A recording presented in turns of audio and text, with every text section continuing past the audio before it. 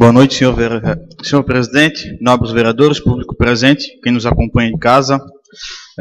Nesse primeiro momento eu destaco as minhas indicações, que são, a gente pedir a faixa elevada próxima ao supermercado Bittencourt, porque ali eu entendo que os caminhões de carga e descarga que estacionam na semana, fica muito difícil de, em alguns casos, a gente ver os pedestres. Tem a saída dos veículos do posto de gasolina também, tem uma grande intensidade, e nós temos um ponto de ônibus ali, onde muitas pessoas ficam esperando o ônibus e utilizam a travessia ali. Então, é uma solicitação também da população. Na semana passada eu tinha feito aqui mesmo na tribuna, e só foi passado por papel a indicação do ponto de ônibus na localidade do Espraiado, próximo à rua Giacomo Dauri. Temos aí a questão da cana-de-açúcar no Espraiado também. Nós temos aí um buraco que ele está ali pelo menos há 6 meses, causando danos aos veículos, porque nesse final de semana teve um peregrino da Santa Paulina de Itajaí que caiu no buraco com o carro, estourou o pneu. A população colocou uma cana-de-açúcar para sinalizar que ali havia o buraco há muito tempo já, e por isso que eles fazem a brincadeira de que a cana já está brotando, pelo tempo de espera do conserto de um simples buraco. E eu já fiz a solicitação da melhoria da rua, porque nós temos outros tantos problemas com o calçamento. Se nós descermos um pouco na rua Luiz Busnardo, próximo à empresa marcenaria MGL, nós vimos que nesse final de semana deu uma chuva não muito intensa e ocasionou 2 poças, uma em cada lado, no mesmo trecho. Então veículos desviavam da poça de um lado, o outro dos outros, e acabavam tendo o trânsito danificado, e inclusive pedestres não conseguiam passar, porque a poça pegava metade da estrada e a calçada. Então também é um problema simples, que não acontece de hoje. Então a gente acredita que a Secretaria de Obras possa solucionar esse problema. Então fica a nossa reivindicação.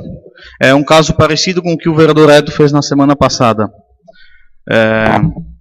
Tive aqui algumas respostas aos meus pedidos de informação, e a prefeitura mencionou que não existe a cota para recursos para viagens escolares. Então eu não sei qual foi a informação na época passada para as professoras do Agouti, de que a cota haveria se esgotado. Não sei quem do executivo passou essa informação, mas aqui é a prova de que nós temos 2 discursos, né? Um no papel e o outro dito. Então, a gente mostra a falta de comunicação entre a prefeitura e a clareza nas informações. E notamos que aqui teve 2 viagens e nenhuma foi da escola do Agouti. Então, os alunos ainda estão esperando a ida ao zoológico. Então, fica uma decepção, né? Tive também aqui a resposta sobre o transporte escolar, de que é feita manutenção ao sinal de qualquer irregularidade. Eu não sei qual é a irregularidade que às vezes se nota para manutenção, mas aquele ônibus que perdeu as peças pelo caminho e de que o aluno de 7 anos teve que sair, atravessar a rua para juntar a peça, eu não sei se talvez essa irregularidade seja tão grande que eles não tenham notado, porque aconteceu. E um pouco mais abaixo, ele colocou que a fiscalização do transporte escolar é competência da Secretaria Municipal de Educação. Mas, horas, nós não temos nenhum funcionário da educação dentro do ônibus. Então, foi uma solicitação da vereadora Cristina, do monitor no transporte escolar. Foi dito que não havia necessidade, de que não seria feito. Então, se eles jogam a responsabilidade do transporte para a Secretaria de Educação, seria pelo menos pertinente que tivéssemos um funcionário da Secretaria de Educação dentro do ônibus para fiscalizar. Porque se tiver só o motorista, então isso não é uma competência da Secretaria de Educação, mas sim do setor de frotas e de transporte. Mais uma vez o Executivo diz uma coisa e fala alguma coisa, põe no papel outra, aí o funcionário diz isso e o secretário diz aquilo. E o jurídico diz a outra versão. Então a gente pede que tenhamos um pouco de clareza e de agilidade na tomada de decisão.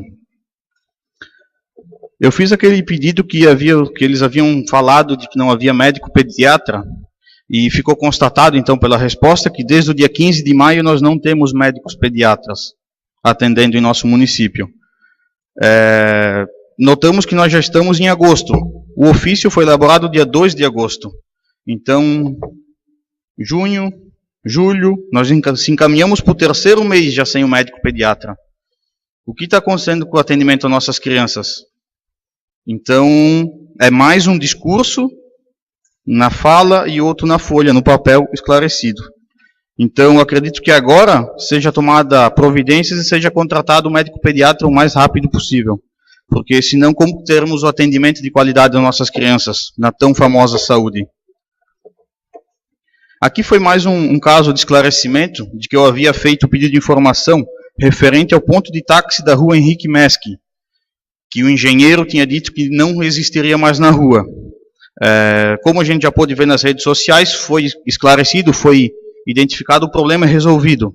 O ponto de táxi ficará na rua Henrique Meschi novamente, após o término da conclusão da obra. Então, foi uma coisa que eu defendi aqui nessa tribuna, levantei essa questão, e fico feliz em ver que surtiu resultado, e o rapaz que tantos anos trabalha nesse local, poderá continuar trabalhando no mesmo local.